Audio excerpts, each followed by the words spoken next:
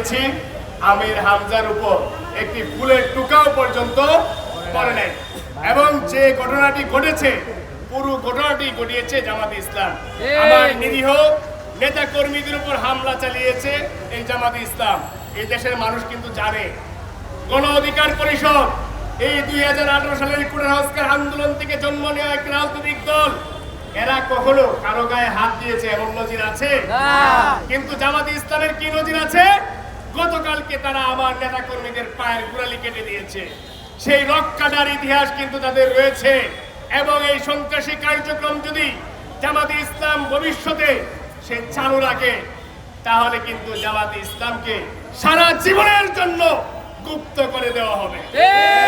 প্রকাশ্যে রাজনীতি বাংলাদেশে জামাতে ইসলাম করতে পারবে না। আওয়ামী লীগের যদি গণহত্যার দায়ে বিচার হয়, তাহলে নতুন করে আবার 71 সালের গণহত্যার দায়ে সেই জামাতে ইসলামেরও বিচারে বাংলাদেশের মাটিতে হবে।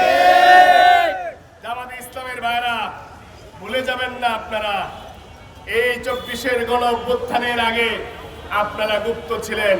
সেই ছাত্রলীগের কায়দায়, আওয়ামী লীগের কায়দায় কিন্তু আপনারা এই 5 আগস্ট পরবর্তী সময়ে বিভিন্ন গুমের ঘটনা ঘটিয়েছেন এবং যে মত তৈরি করেছেন আপনারা বিভিন্ন জায়গায়, বিশ্ববিদ্যালয় কলেজগুলোতে, এটি কিন্তু এদেশের মানুষ তাদের ভোটের মাধ্যমে কিন্তু সেটি তারা প্রমাণ দিয়েছে।